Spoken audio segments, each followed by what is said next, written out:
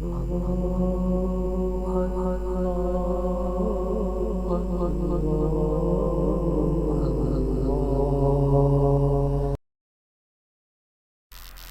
اللہ الرحمن الرحیم۔ شروع کرتا ہوں اللہ کے نام سے جو بڑا مہربان نہایت رحم والا ہے۔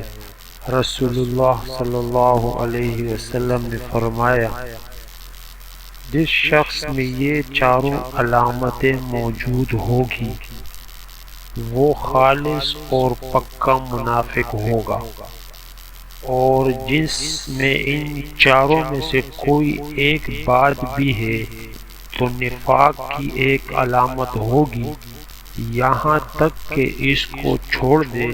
وہ چار باتیں یہ ہیں: جب امانت رکھی جائے تو خیانت کرے، اور جب بات کرے تو جھوٹ بولے، اور جب عہد و اقرار کرے تو اس کے خلاف کر کے اس کو توڑ دے، اور جب جھگڑے تو گالی گلوچ بکے۔